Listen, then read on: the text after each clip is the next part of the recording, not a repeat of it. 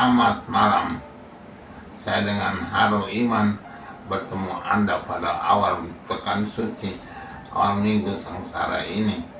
Benar-benar minggu yang penuh iman dan harapan bahwa minggu ini membawa kita pada keselamatan dan bawa kita pada pembebasan dari dosa-dosa kita. Kita bertemu pada hari ini gambaran pertama dari hamba Yahweh dalam kitab Yesaya. Anda semua tahu bahwa ada 4 gambaran hamba Yahweh dalam Yesaya 42, Yesaya 49, Yesaya 50 dan Yesaya 52. Itu 4 gambarannya hamba Yahweh dalam Alkitab yang terkenal. Dan hari ini dibacakan yang pertama hari Selasa, yang kedua hari Rabu, yang ketiga dan hari Jumat. Puncaknya yang keempat sebagai puncak dari hamba Yahweh yang menderita untuk Tuhan. Itu semua gambaran dari perjanjian lama, tapi melukiskan Yesus, hamba Yahweh yang menderita, yang ditugaskan dari surga untuk membawa keselamatan bagi kita manusia dengan penderitaan yang ngeri, yang besar, yang kita rayakan dan peringati bersama-sama dalam pekan ini. Kita melihat hamba Yahweh yang pertama ini, gambar yang indah tentang pribadi Yesus yang tidak meleset sedikit pun, dituliskan di situ, yang terkenal. Ia tidak berteriak atau menyaringkan suaranya dan memperdengarkan suaranya di jalan-jalan. Bulu yang pada terkulai tidak dipatahkannya, dan subuh yang kerap-kedip tidak akan dipadamkannya. Ia sendiri tidak akan menjadi kuda dan tidak akan patah terkulai sampai ia menegakkan hukum di dalam bumi ini. Negara pulau mengharapkan pengajarannya. Nanti Anda sendiri baca dalam Yesaya 42 bagaimana gambaran yang paling indah tentang pribadi Yesus.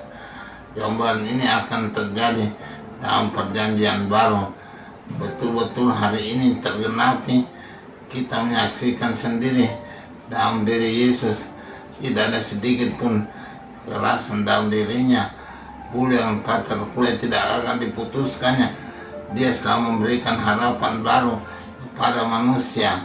Dia memberikan kekuatan dan penyembuhan untuk membuat orang bangkit kembali dalam penderitaan mereka. Kita pun bisa berharap hal yang sama terjadi pada kita, bahwa nanti Tuhan menjamah dalam penderitaan kita dan membangkitkan kita untuk kembali pada posisi semula, sehat walafiat karena kuasa Tuhan. Bacaan ini berlanjut terus sampai berakhir dengan kalimat-kalimat yang indah, menjadi harapan kita semua bahwa ini terjadi bagi kita dan menjadi pemenuhan janji Tuhan dalam diri kita masing-masing. Semoga demikian. Dalam Injil hari ini kita menyaksikan persiapan pada penderitaan. Tuhan datang di Betania, bertemu dengan Lazarus yang dia bangkitkan, dan diadakan perjamuan oleh saudara-saudara Lazarus, yaitu Marta dan Maria. Perjamuan besar dan banyak orang diundang ke situ. Tapi orang yang datang juga datang untuk melihat, bukan Yesus saja, tapi melihat Lazarus, ingin melihat bagaimanakah orang yang sudah mati dibangkitkan kembali. Apakah betul-betul dia bangkit atau tidak oleh kuasa Tuhan.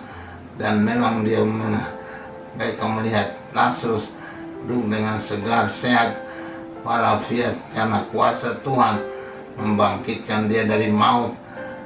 Pada waktu itu ada kejadian yang sangat menarik, yaitu Maria membawa minyak narwastu dan menuangkan di kaki Yesus. Lalu Yudas Iskariot protes, mengapa minyak semahal itu dijual 200 dinar untuk uangnya diberikan pada orang miskin. Tapi Tuhan Yesus tahu apa yang ada dalam hati Yudas, sehingga dia mengatakan, orang miskin ada selalu padamu, tapi aku tidak. Maka lebih baik penghormatan ini dibuat sebagai persiapan untuk penguburanku. Ini benar-benar Tuhan yang mengatakannya, karena dia tahu apa yang akan terjadi atas dirinya. Semua ini merupakan persiapan untuk penyaliban Yesus dan kematiannya dan pemakamannya kelak. Kita menyaksikan ini semua sebagai suatu mujizat dan sebagai suatu pernyataan diri Tuhan sebagai Yesus sebagai Tuhan bagi kita semua. Tuhan berkati kita. Amin.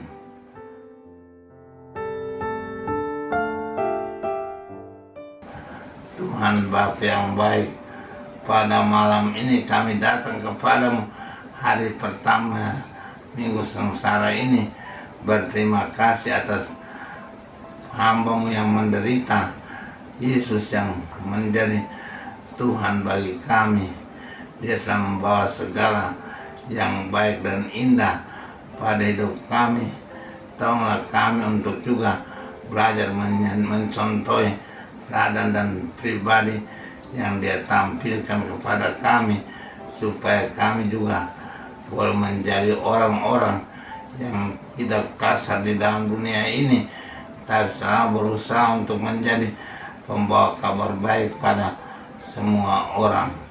Demi Kristus Tuhan dan Juru Selamat kami sepanjang segala masa. Amin.